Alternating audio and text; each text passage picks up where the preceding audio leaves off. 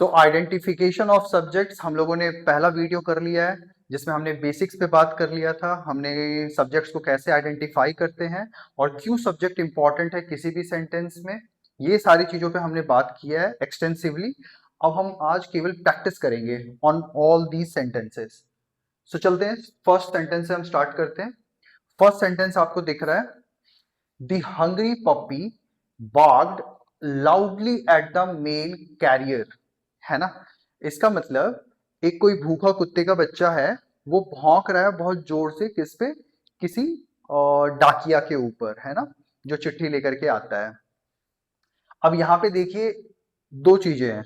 यदि क्वेश्चन के फॉर्म में है तो आपको उसका आंसर देना है और देखना है कि हीरो ऑफ द सेंटेंस कौन है, मतलब कौन है मुख्य प्रोटागोनिस्ट, कौन है वो मुख्य किरदार जिसके ऊपर वो सेंटेंस बात कर रहा है। यहाँ पे हमें क्या दिख रहा है, एक्शन करते हुए कोई एक दिख रहा है ना। सो वो एक्शन हम कैसे खोजेंगे, वर्ब से खोजेंगे। वर्ब का मतलब क्या है, एक्शन वर्ड्स, राइट, मतलब कुछ काम हो रहा है। तो वो काम, वो जो एक्शन है, वो कौन है जो कर रहा है, who is the one that is performing that action और डूइंग दैट एक्शन। अब आप यहां पे देखिए, ये बार्क्ड, भौंकना, इट्स अ वर्ब, एक तरह का ये क्रिया है। कौन कर रहा है, who is the one who is barking. So ये कौन है, पपी, कुत्ते का बच्चा भौंक रहा है ना।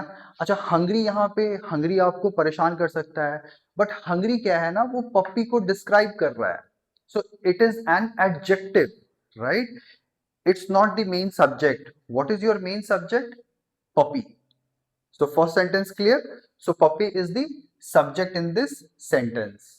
Coming to second one, despite the heavy rain, the weary hikers finally reached the summit. मतलब बहुत तेज बारिश होने के बावजूद भी थके हुए, वेरी का मतलब थके हुए, थके हारे हुए, हाइकर्स जो माउंटेन्स पे चढ़ते हैं, those are known as hikers. थके हुए hikers finally reach the summit. Summit कहते हैं हम लोग जो माउंटेन का पीक होता है, जब वहां पे कोई पहुंच जाता है, वी यूजुअली से दे रीच द समिट। तो यहाँ पे क्या है, डिस्पाइट द हैवी रेन, बहुत हैवी रेन होने के बावजूद भी द वेरी, थके हुए हाइकर्स फाइनली पहुंच गए समिट पे, टॉप पे। अब यहाँ पे देखिए कि वर्ब क्या है, एक्शन क्या है, रीच्ड, मतलब पहुंचना। पहुंचना is a action, is an action. और वो पहुंचने का जो काम है, who is doing that action, कौन है वो यहाँ पे मेन हीरो जो उस वर्ब को कर रहा है। So you will find that hikers, hikers यहाँ पे आपका पपी हो गया, who is doing this action, यहाँ पे hikers हो गया, who is doing this action। And simple formula, यदि आपके पास एक नॉर्मल सेंटेंस है जिसपे आपको एक्शन दिख रहा है, उस एक्शन को कौन कर रहा है, who is the one who is performing that action. ठीक है, यदि आपको इसका आंसर मिल रहा है, इसका मतलब वो ही आपका सब्जेक्ट है उस सेंटेंस में, that is the hero of your sentence. ठीक है। Third, neither the aggressive defense nor the roaring crowd could shake his focus। मतलब ना तो गुस्सैल डिफेंस और ना ही चिल्लाता हुआ भीड़ उसके फोकस को हिला सका। ठीक है। अगेन यहाँ पे अब देखिए, यहाँ पे क्या हो रहा है, यहाँ पे जो वर्ब है वो है शेक, है ना। और शेक मतलब हिलाने का, जो ये शेक कौन है जो नहीं कर पा रहा है, क्या वो केवल क्राउड है जो नहीं कर पा रहा है ना, वो डिफेंस भी है जो नहीं कर पा रहा है। ठीक है। इसका मतलब यहाँ पे दो सब्जेक्ट्स हैं एंड इसी को हम कंपाउंड सब्जेक्ट्स कह सकते हैं यहाँ पे। ठीक है। So defense is the one and crowd is again the second one subject in this sentence, and shake is what, your verb, your action, which is which is being taking place. Here it is not happening, but वो sentence में आपको क्या समझना है, आपको बस एक action को फाइंड करना है, वो हो रहा है या नहीं हो रहा है, उसके शाब्दिक अर्थ पे मत जाइए, है ना, लिटरल मीनिंग पे मत जाइए वहां पे कि वो शेक नहीं कर पाया, that's a different thing, but shake मतलब हिलाने के बारे में बात हो रही है, that's the action which is being talked about. और वो किसके थ्रू हो रही है बात, क्राउड के through and then the defence के थ्रू, और ये दोनों के दोनों उस एक्शन को करने के लिए रिस्पॉन्सिबल है, ठीक है। तो ये आपके सब्जेक्ट्स हो गए। Coming to the fourth one, under the wooden floor beds of abandoned house lay a dusty leather jacket.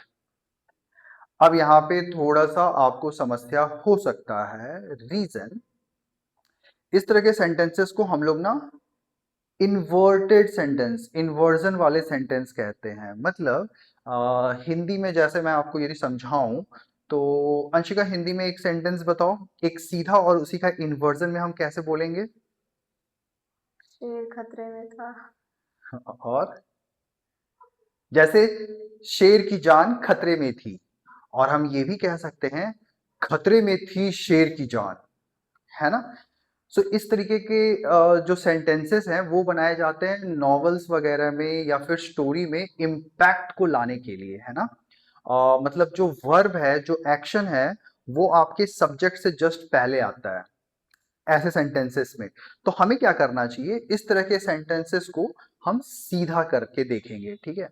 अब जैसे यहाँ पे आप मीनिंग देखिए, मीनिंग ये है कि under the wooden floor beds of abundant house, मतलब एबंडेंट हाउस का मतलब एक छोड़ा हुआ घर, एक भूतिया घर, मतलब जिसमें कोई नहीं रहता है ना, उसके वुडन फ्लोर बेड्स के अंदर, under the wooden floor beds of abundant house lay a dusty leather jacket. एक ऐसा घर जो छूटा हुआ है, जहां कोई नहीं रह रहा है, एबंडेंट है, उसके जो फ्लोर होते हैं वो वुडन के होते हैं, मे बी अमेरिका की बात हो रही होगी, यूरोप की बात हो रही होगी, जहाँ पे वुडन फ्लोर्स होते हैं।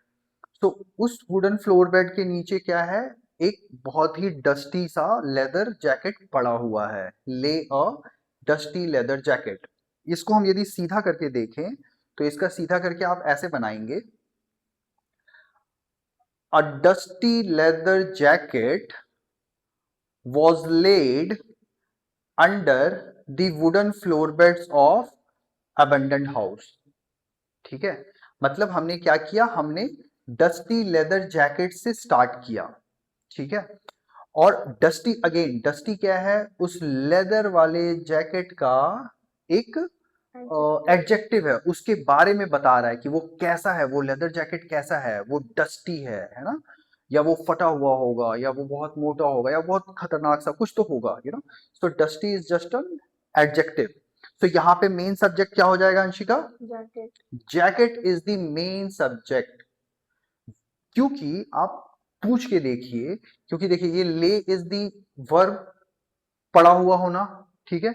हमने तो वही बातें करी थी, वर्ब एक्शन, एक्शन को कौन कर रहा है, जो कर रहा है वही उस सेंटेंस का सब्जेक्ट है। यहां पे ले, पड़ा होना, पड़ा होना भी एक क्रिया है, एक वर्ब है इंग्लिश में, राइट। आखिर ये पड़ा हुआ कौन है, थिंक इन योर माइंड, वो कोई नहीं बल्कि ये जैकेट ही है जो पड़ा हुआ है, ठीक है। सो या तो आप इसको सीधा करके देखिए, उससे आपको पता चल जाएगा, या फिर आप केवल इस वर्ब के ऊपर ध्यान दीजिए और वर्ब से ये सोचिए कि इस वर्ब को कौन है जो कर रहा है ना, उससे आपको पता चल जाएगा सेंटेंस का हीरो कौन है, और हीरो का मतलब सब्जेक्ट, ठीक है। चलते हैं नेक्स्ट क्वेश्चन पे। The captain of the ship along with his crew faces a dangerous journey।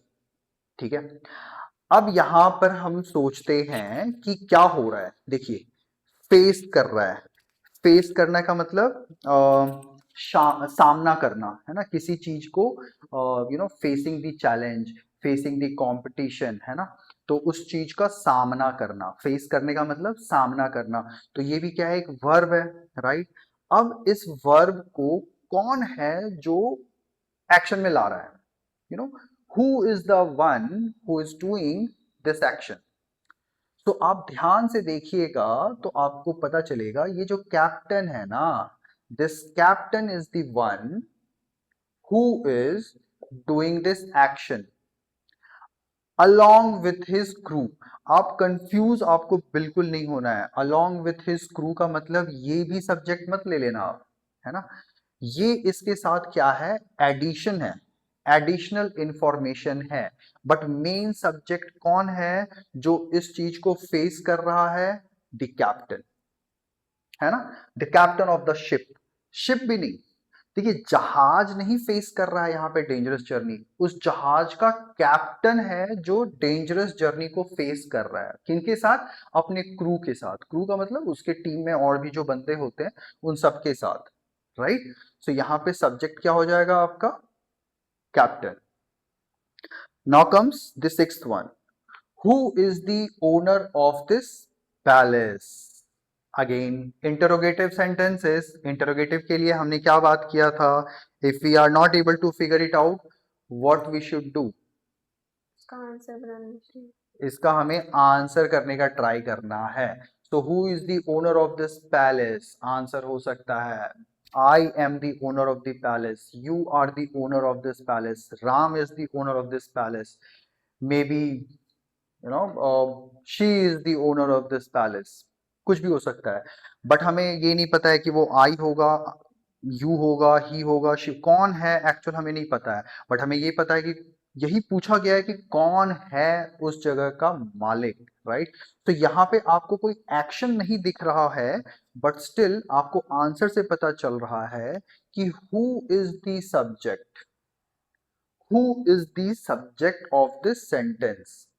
ठीक है, कौन, आखिर कौन है जो इस पैलेस का ओनर है. ठीक है. Next one, where have you gone for lunch. ठीक है, अगेन क्वेश्चन. बट यहाँ पे क्या है, यहाँ पे हमें दिख रहा है एक वर्ब भी दिख रहा है, मतलब एक एक्शन दिख रहा है, gone. Gone is a verb, action, गया, जाना. तो आप देखोगे you have gone for lunch somewhere, right? Where have you gone for lunch? तुम कहाँ गए, for lunch, right? तुम कहाँ गए थे, या फिर have you gone for lunch, है ना.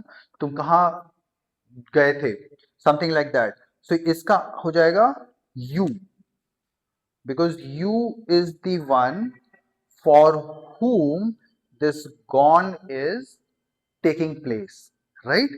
तो एक्शन को हम लोगों को देखना पड़ेगा, कौन है वो सब्जेक्ट, कौन है वो मेन किरदार जो उस एक्शन को कर रहा है.